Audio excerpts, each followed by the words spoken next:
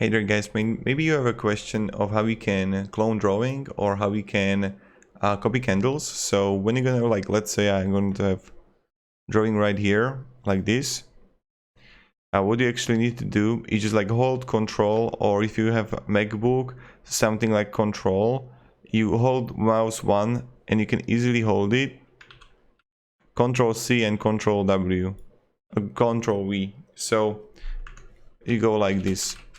You go, let me show you, Control plus hold mouse 1, and then what you need to do is, and then Control plus V. So this is what you do. But I don't know if this tutorial was what you're looking for. So this is how you can copy the candles and copy your drawings, right? And yeah, thank you very much guys for watching, and have a great day and goodbye. See ya.